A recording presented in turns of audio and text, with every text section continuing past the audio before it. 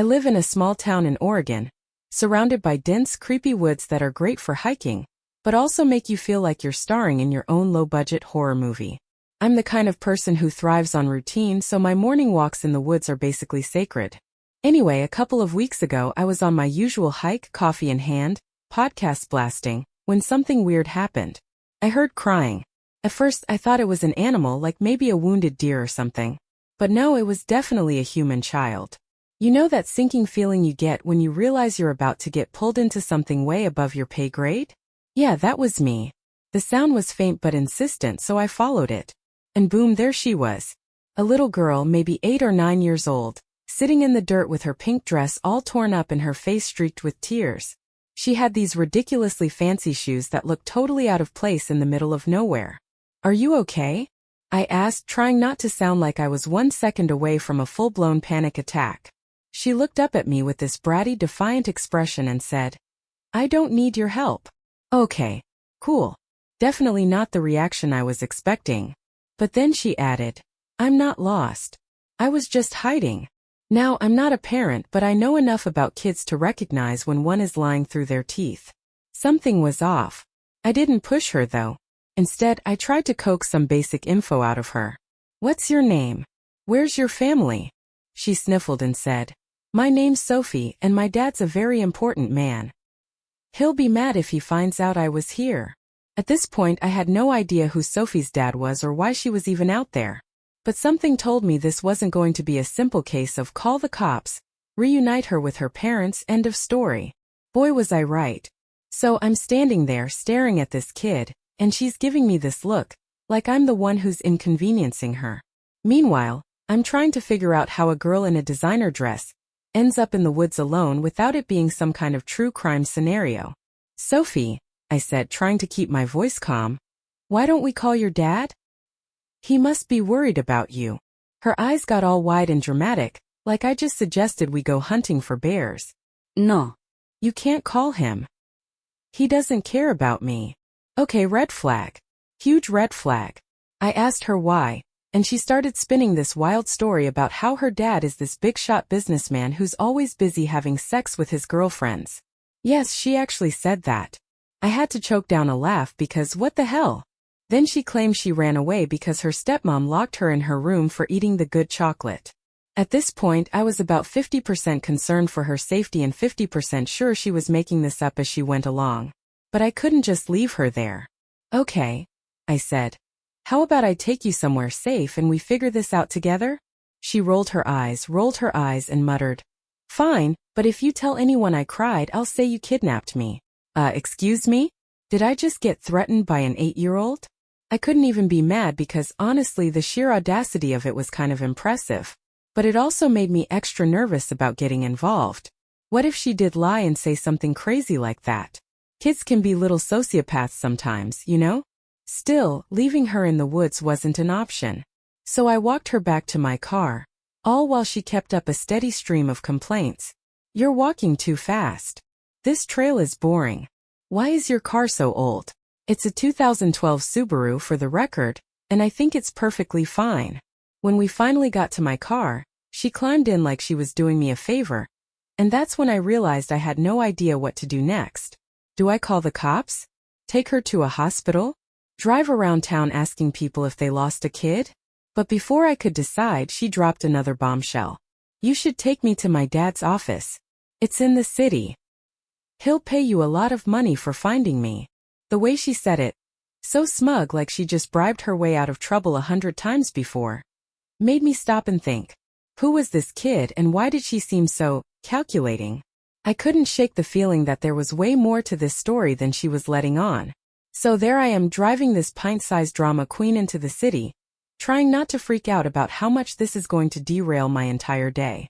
Sophie is in the back seat, fiddling with her ridiculously fancy bracelet that probably costs more than my car. "Your dad works in the city?" I asked, trying to get her talking again. "Obviously," she said, flipping her hair like she was auditioning for a shampoo commercial. "He owns like everything. You'll see." At this point, I'm starting to think she's either delusional or her dad is secretly Jeff Bezos. Either way, I figured dropping her off at some fancy office building is better than dealing with the cops and Child Protective Services.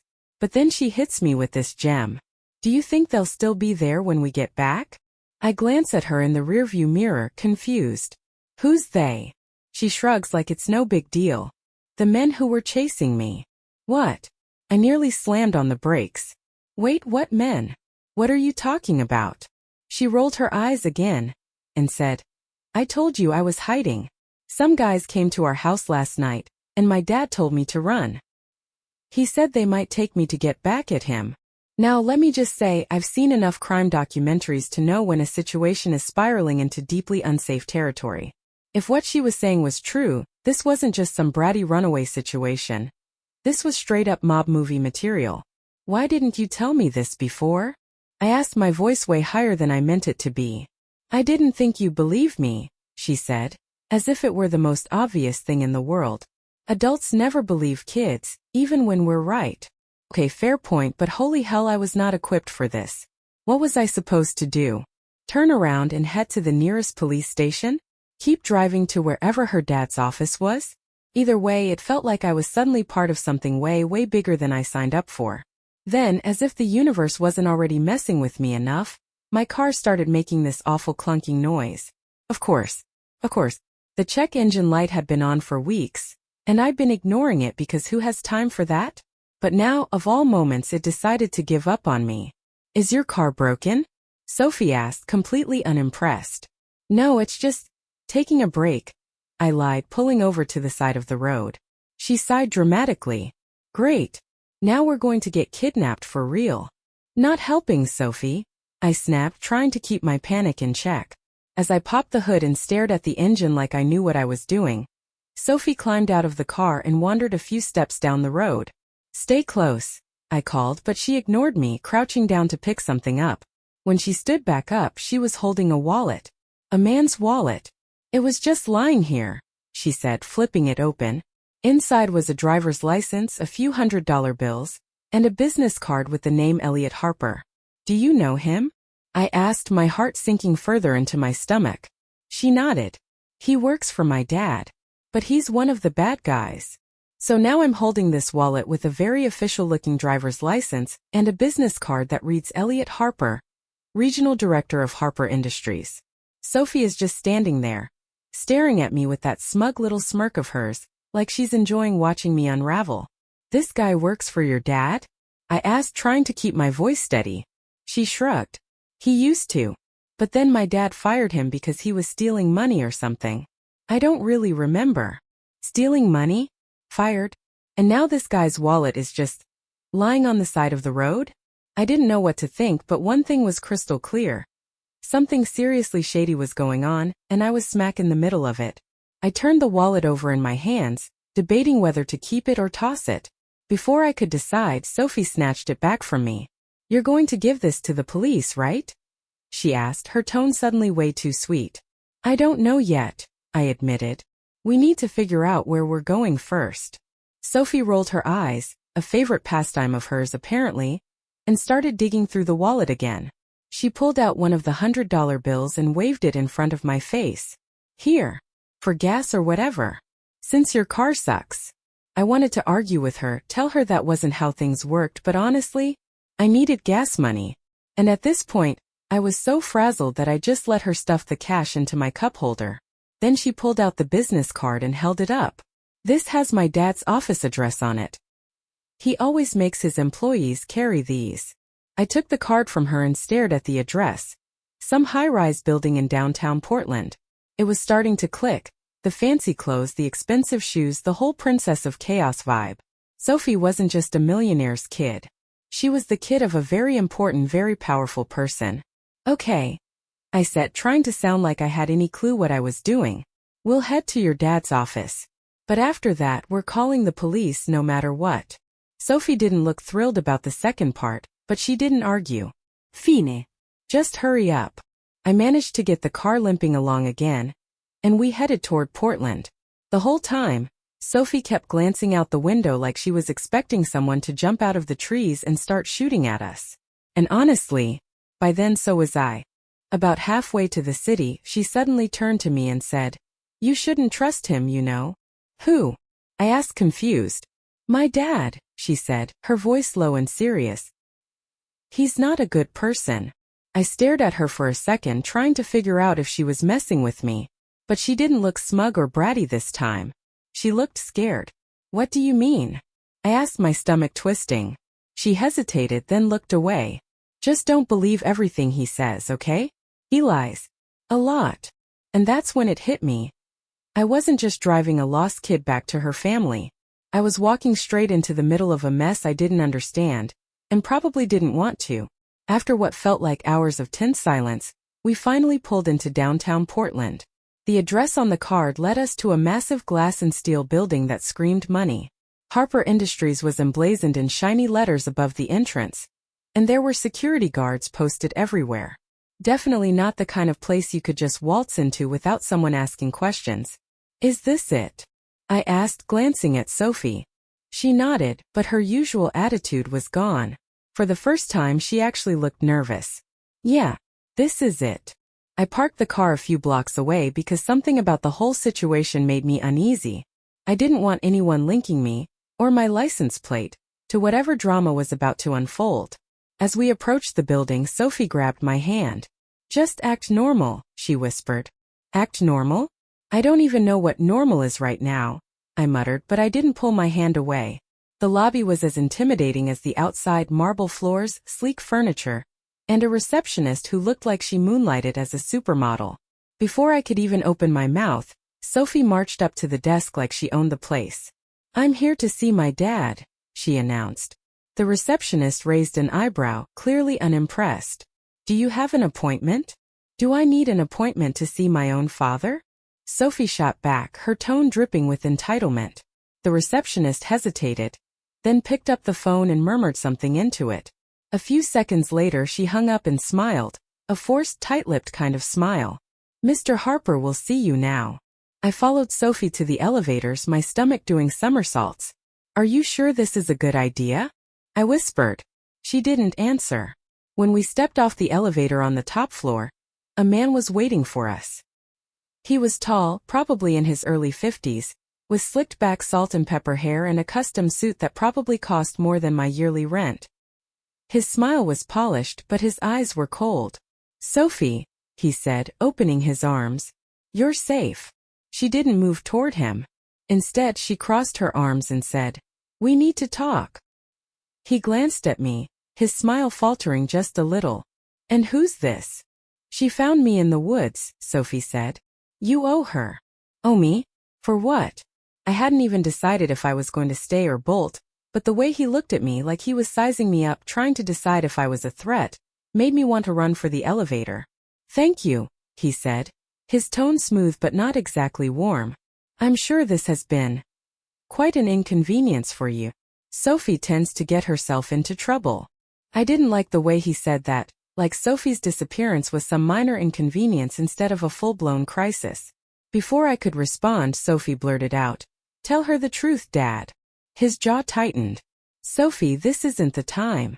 Tell her about Elliot, she snapped. Tell her why I was in the woods. I froze.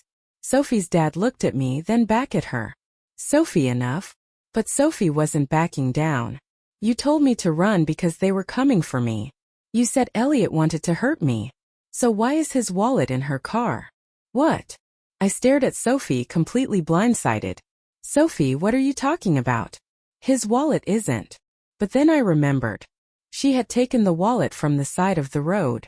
Had she slipped it into my car when I wasn't looking? Why would she do that? Where's the wallet now? Her dad asked, his voice icy. I don't know. I stammered, suddenly feeling very small. She found it on the road. Mr. Harper's expression darkened. This is a family matter. Thank you for bringing her here, but I think it's time for you to go. Wait, I started, but Sophie grabbed my arm. Don't leave me, she whispered, and for the first time she looked genuinely scared. There was no way I was walking out of that building after the look Sophie just gave me. Her dad might have had the whole polished millionaire thing going on, but something about him felt off. I couldn't tell if he was hiding something or if Sophie was just playing me. But either way, my gut told me I needed to stay. Sophie seemed scared. I said carefully. Maybe we should all sit down and talk about what's going on. Mr.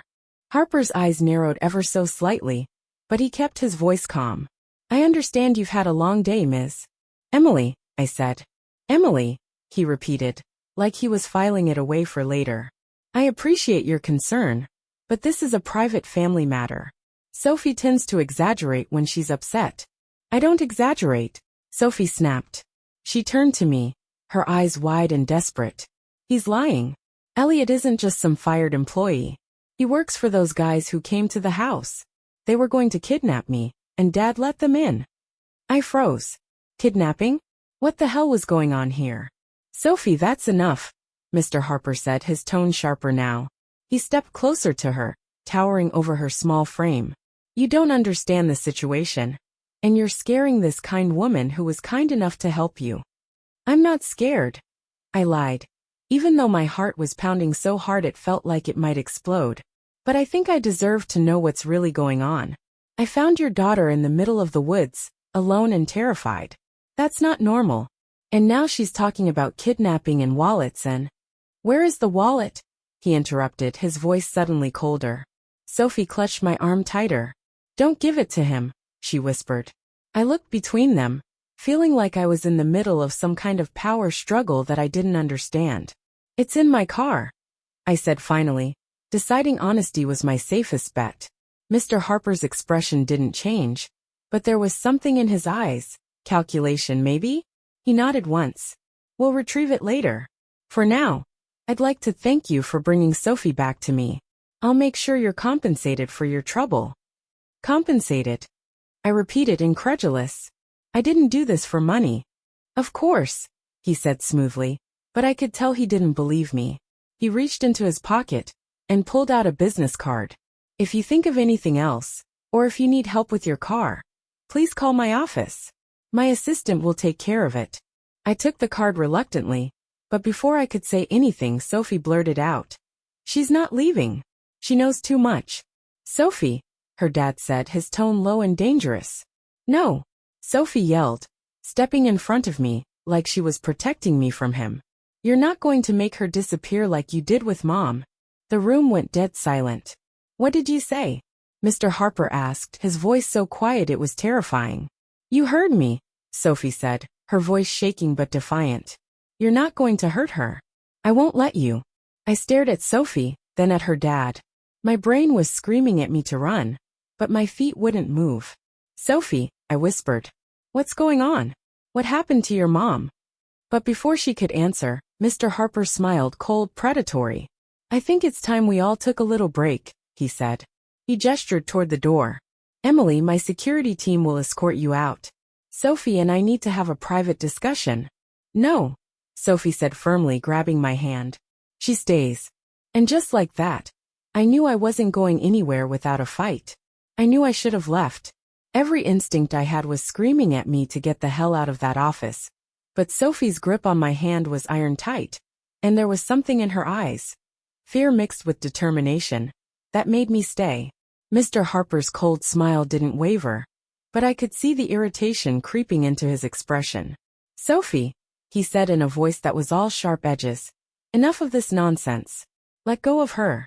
No, she said, her voice trembling but steady. You don't get to make everyone disappear. Disappear? I repeated, my voice barely above a whisper. That's when things started moving fast. Mr. Harper snapped his fingers, and before I knew it, 2 men in suits came into the room. They were big, bodyguard big. And one of them moved to stand between me and the door while the other stepped closer to us. Ms. Emily, Mr. Harper said, his tone dripping with faux concern. I'm afraid this is getting out of hand. My security team will escort you downstairs, and we'll handle everything from here. I'll make sure you're taken care of for your trouble. No, Sophie shouted, practically climbing onto me now. She's not leaving. She knows too much. Knows too much about what? I demanded, my voice finally finding some strength. I stepped back, pulling Sophie with me. Why is she so scared of you? Why was she in the woods? And what the hell is going on with this wallet? Mr. Harper's face hardened. You're asking too many questions. The way he said it sent a chill down my spine. This wasn't just some overprotective dad trying to deal with a bratty kid. There was something dark, dangerous about him. One of the bodyguards reached for Sophie, but she clung to me like a lifeline. "Don't let them take me," she cried. I did the only thing I could think of. I stepped in front of her. "Don't touch her," I said, my voice shaking but firm. The room went still for a moment. Then Mr. Harper sighed, like I was some minor inconvenience he had to deal with. "Fine," he said, waving the bodyguards off. "You want answers? Let's talk." He gestured for us to sit, but I didn't move. Neither did Sophie. "Your mother would be so disappointed in you," he said to Sophie, his voice laced with venom. "Don't talk about Mom," Sophie shouted, tears streaming down her face. "You're the one who—" "Sophie," he barked, cutting her off. My heart was racing now. Whatever had happened to Sophie's mom, it wasn't good. "I'm calling the police," I said suddenly, pulling my phone out of my pocket. That's when everything exploded. One of the bodyguards lunged for me, and I stumbled backward, nearly dropping my phone. Sophie screamed and grabbed a paperweight off the desk, throwing it at the guy with surprising accuracy. It hit him square in the head, and he staggered back, cursing. "Run!" Sophie yelled, yanking me toward the door. I didn't need to be told twice. We bolted out of the office, dodging the second bodyguard, who was too shocked to react in time. The elevator was too slow, so we made a beeline for the stairs, practically tumbling down them as we ran. "Where are we going?" I gasped as we burst out into the lobby. "Anywhere but here," Sophie shouted. And just like that, we were running for our lives. We hit the streets of downtown Portland like a storm, Sophie gripping my hand as if her life depended on it, which, let's be real, it probably did. I glanced behind us and sure enough, one of the bodyguards had followed us out of the building. He was shouting into a walkie-talkie, and it was clear reinforcements weren't far behind. "This way," Sophie yelled, dragging me into an alley that smelled like stale beer and bad decisions. "Do you have a plan? Or are we just running blindly?" I hissed, trying to keep up. "I always have a plan," she shot back, which would have been more reassuring if she hadn't said it with that trademark bratty smirk. We ducked behind a dumpster, and I pulled out my phone, my hands shaking as I fumbled to unlock it. "I'm calling the cops," I whispered. "No," Sophie said, snatching the phone out of my hand. "They work for him too." "What are you talking about?" I demanded, reaching for my phone. She held it just out of reach. "He has them on his payroll. If you call them, they'll take me straight back to him." I stared at her, my heart pounding. Could that even be true? It sounded insane, but then again, so did everything else about the situation. Before I could argue, she shoved my phone back into my hands. "We need to get out of the city. Do you have enough gas to make it to your house?" "My house?" I repeated, baffled. "Do you have a better idea?" she snapped. I didn't. We peeked around the corner of the dumpster. The bodyguard was scanning the street, but he hadn't spotted us yet. Sophie grabbed my hand again, and we slipped out of the alley, keeping low as we darted back toward my car. We made it without being seen. Thank God. And I practically threw Sophie into the passenger seat before jumping in and locking the doors. "Buckle up," I said, jamming the key into the ignition. She didn't need to be told twice. I pulled out onto the street, trying to look casual even though every nerve in my body was screaming at me to floor it. In the rearview mirror, I saw two more men in suits emerging from the building. One of them pointed in our direction. "They saw us," Sophie said, her voice tight. "I see that." I snapped, slamming my foot on the gas. The Subaru roared, okay, sputtered, to life, and we sped down the street, weaving through traffic like a bad action movie. I glanced in the mirror again and saw a black SUV pulling out of the Harper Industries parking lot. It was gaining on us fast. "Who are these guys?" I shouted over the sound of the engine. "Dad's goons," Sophie shouted back. "They'll try to stop us, but they won't kill us." Probably, I screeched. We blasted through a yellow light, and the SUV got caught behind a line of cars. I took the first turn I could find, my hands gripping the wheel so hard my knuckles turned white. "Where are we going?" Sophie asked, sounding slightly less bratty and slightly more scared.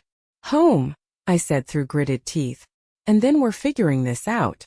By the time we pulled into the driveway of my small, rundown house on the edge of town, My hands were shaking so badly I could barely get the key out of the ignition.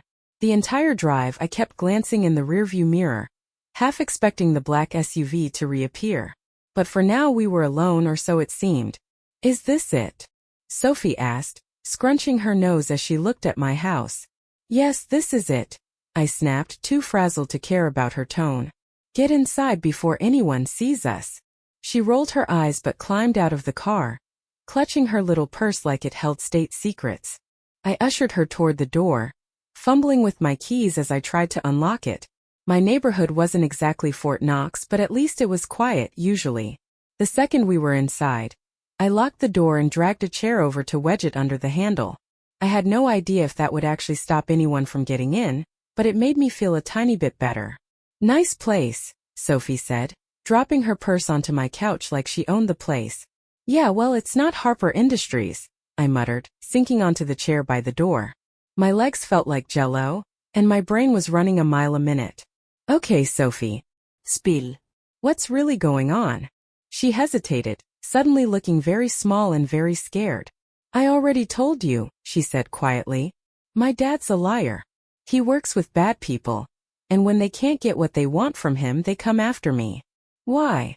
I pressed. "Why would anyone go after you? You're just a kid." She bit her lip, avoiding my eyes. "Because I'm not just a kid. I'm his leverage." "Leverage for what?" She hesitated again, and I could see the gears turning in her head, like she was deciding how much to tell me. "My dad made a deal with Elliot and his people a long time ago," she said finally.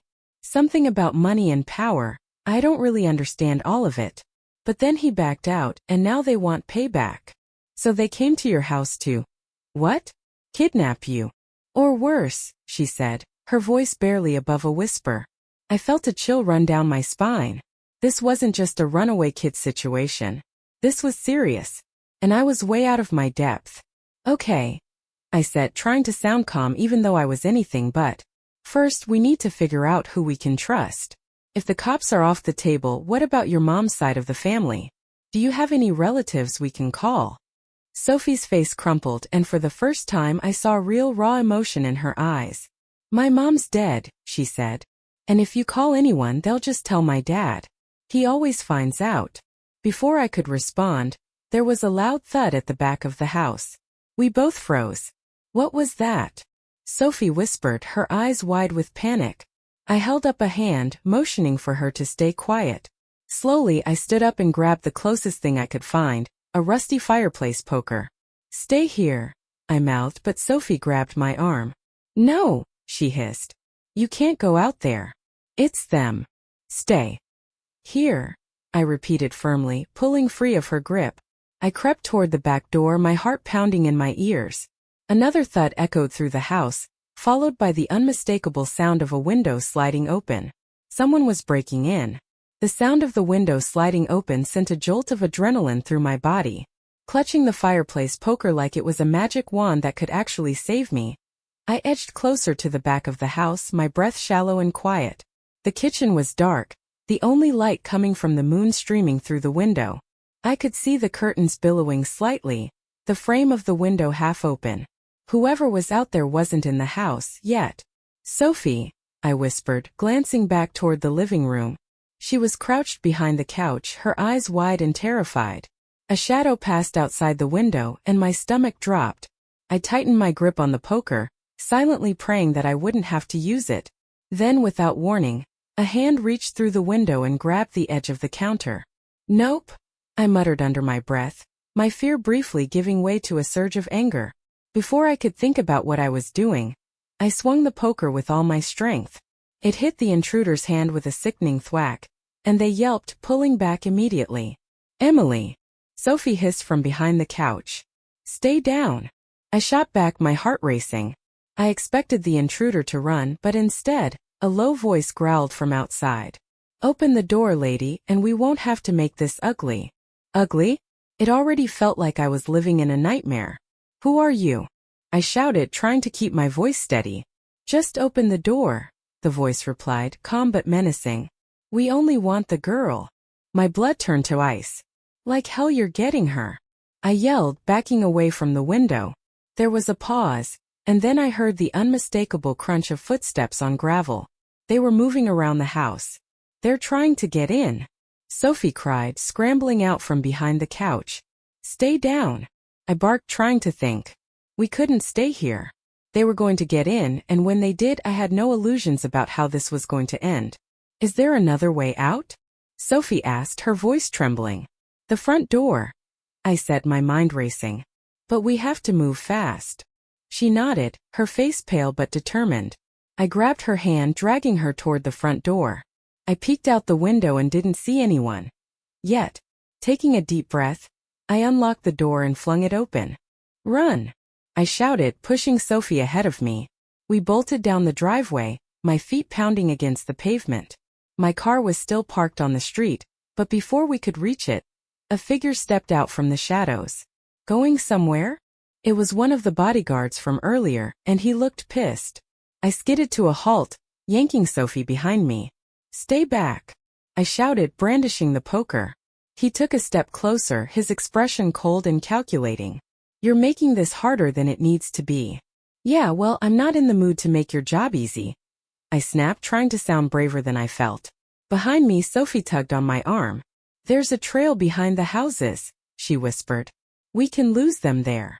"Run when I say," I whispered back. The bodyguard lunged, and I swung the poker wildly. He dodged it, but the distraction was enough. "Go!" I screamed, shoving Sophie toward the backyard. We sprinted toward the tree line, my heart pounding in my chest. The sound of heavy footsteps behind us told me we weren't out of the woods yet, literally. "Keep running," I shouted, barely able to see in the darkness. Sophie led the way, darting down the narrow trail like she'd done it 100 times before. I followed close behind, trying not to trip over roots and rocks. The footsteps behind us grew louder, closer. I could hear them crashing through the underbrush, their voices shouting commands.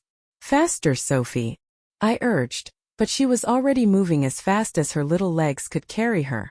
The trail suddenly veered left, and Sophie took the turn without hesitation. I followed her, nearly losing my footing on the loose dirt. Then, just as suddenly as it had started, the footsteps behind us stopped. We didn't stop running, though. Not until we were deep in the woods, surrounded by darkness and silence. "I think we lost them," Sophie panted, collapsing onto the ground. I leaned against a tree, trying to catch my breath. My whole body was shaking, and I could feel sweat dripping down my face despite the cool night air. "Are you okay?" I asked her, my voice barely a whisper. She nodded, but her eyes were wide with fear. "What now?" I didn't have an answer. The woods were pitch black, and the adrenaline rush that had kept me moving was fading fast. My breathing was still ragged, and Sophie was sitting on the ground, hugging her knees. She looked small and fragile now, nothing like the bratty whirlwind I'd met hours ago. I crouched down next to her, trying to sound calmer than I felt. "We can't stay here. They'll come looking." She nodded, but she didn't move. "Where can we go?" "They'll find us wherever we go." I didn't want to admit it, but she was right. Mr. Harper had resources, power, and connections. We were two nobodies hiding in the woods with nothing but a fireplace poker, and a whole lot of bad luck. Still, I couldn't let her see how scared I was. "We'll figure it out," I said, pulling her to her feet. "Come on. Let's keep moving." We started walking, sticking to the trail as much as we could in the darkness. Every rustle of leaves or snap of a twig made me jump, but the woods stayed eerily quiet. After what felt like hours but was probably only 20 minutes, we came to a clearing. In the middle of it was a small cabin, run down, with boarded-up windows and a sagging roof. "Looks abandoned," I said, more to myself than Sophie. "Is it safe?" she whispered, her voice trembling. "It's safer than out here," I said, even though I wasn't entirely sure that was true. We crept up to the cabin, my hand tight around the poker. The door was unlocked, and it creaked ominously as I pushed it open. Inside, the air was stale, and the faint smell of mildew hung in the air. There was no electricity, but the moonlight streaming through the gaps in the boards gave us just enough light to see. "It's better than nothing," I said, trying to convince myself as much as her. Sophie sat on an old dusty couch while I searched the place. There wasn't much. A few broken chairs, an empty bookshelf, and a pile of old newspapers in the corner. Then I found something that made my stomach drop. A landline phone, dusty but still plugged in. "Do you think it works?" Sophie asked, her voice barely above a whisper. I picked up the receiver and was shocked to hear a dial tone. My first instinct was to call the police, but Sophie's warning from earlier rang in my head. "He has them on his payroll. We could call someone else," I said, thinking out loud. "Someone who isn't tied to your dad." "Like who?" she asked. I hesitated. "Do you have any friends? Someone your dad doesn't know about?" Sophie looked away, biting her lip. "There's one person. My mom's sister. Aunt Lisa. But she doesn't talk to us anymore." "Why not?" "Because of my dad," Sophie said, her voice trembling. "He hates her. He says she's crazy, but I think she's the only one who ever really cared about me." It wasn't much, but it was a lead. "Do you know her number?" She nodded, and I handed her the phone. Her hands were shaking as she dialed, and for a moment I thought she might drop it. The phone rang 3 times before a groggy voice answered. "Hello, Aunt Lisa," Sophie said, her voice breaking. There was a pause. "Sophie? Is that you?" Tears streamed down Sophie's face. "I need your help. Please. Dad, he's..." Before she could finish, the line went dead. "No, no, no," Sophie cried, frantically hitting the redial button. I grabbed the phone from her and checked the cord.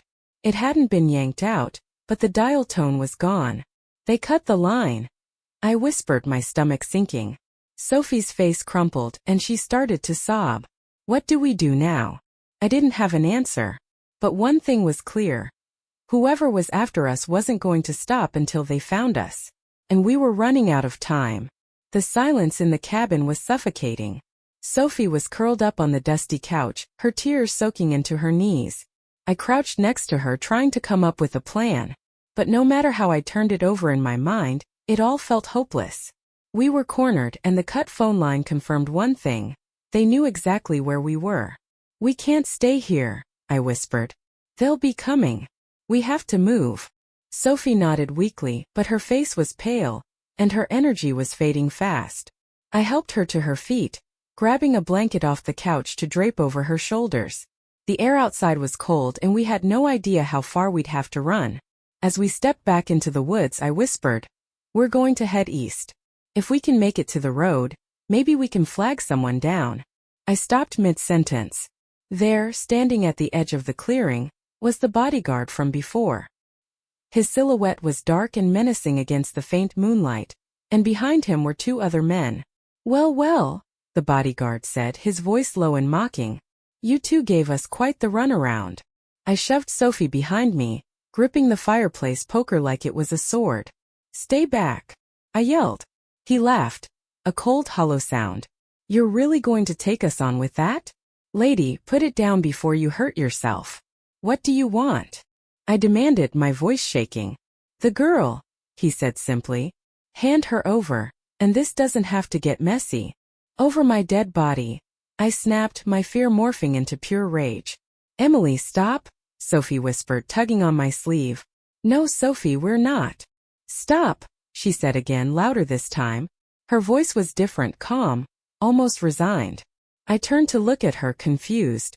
Her eyes were red and puffy from crying. But there was something else there too.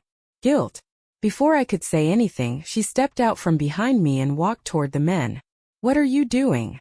I shouted, trying to grab her arm, but she slipped out of my grasp. "I'm sorry," she whispered, looking over her shoulder at me. "I had to. He said he'd hurt you if I didn't." The words hit me like a truck. "What are you talking about?" "Sophie, don't." She turned to the bodyguard and held out her hands like she was surrendering. "You can take me back to my dad. Just leave her alone." The bodyguard smirked, stepping forward to grab her wrist. "No," I yelled, lunging toward them, but one of the other men blocked me, shoving me back so hard I nearly fell. "Relax," the bodyguard said, dragging Sophie toward the edge of the clearing. "She's smarter than you.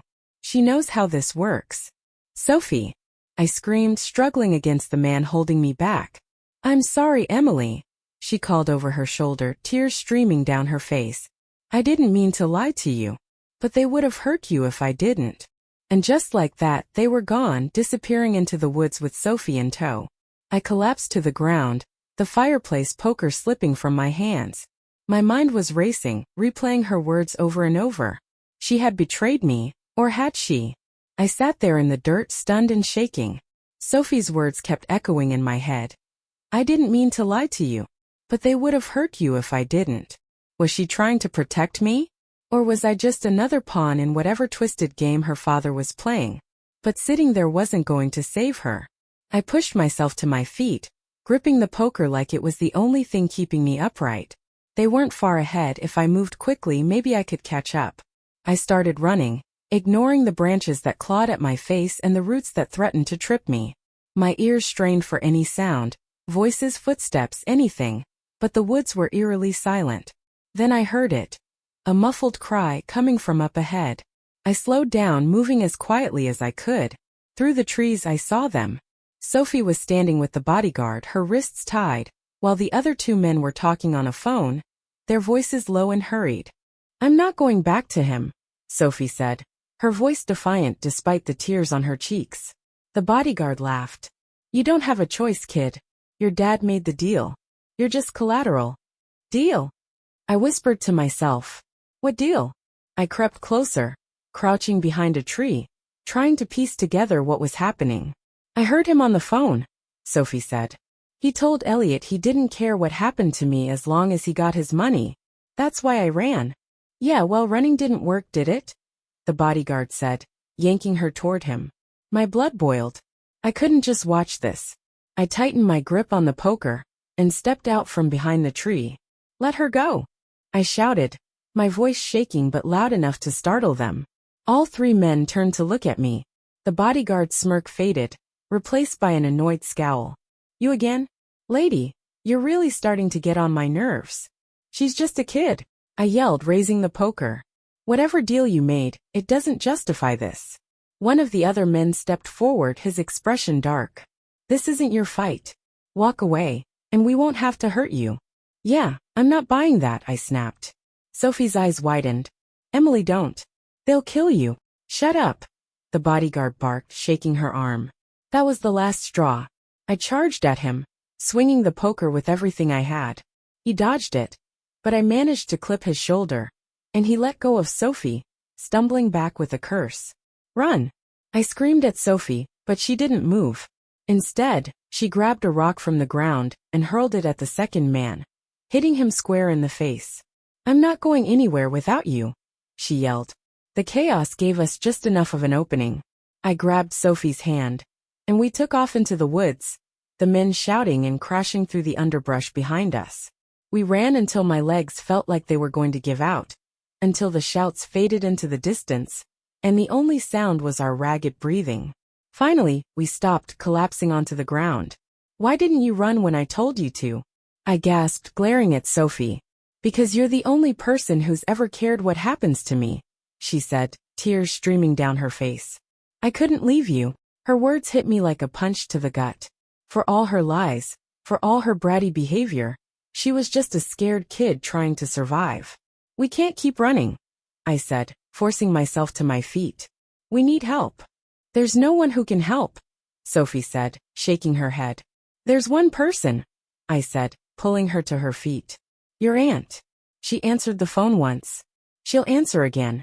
We made it to a gas station miles away, where I found an old payphone and dialed the number Sophie had given me. This time, Lisa answered on the first ring.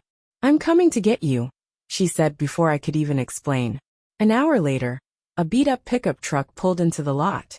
A woman with sharp eyes and a no-nonsense attitude climbed out. Sophie, she said, her voice cracking as she pulled the girl into a tight hug. You're safe now, she said, looking at me with gratitude.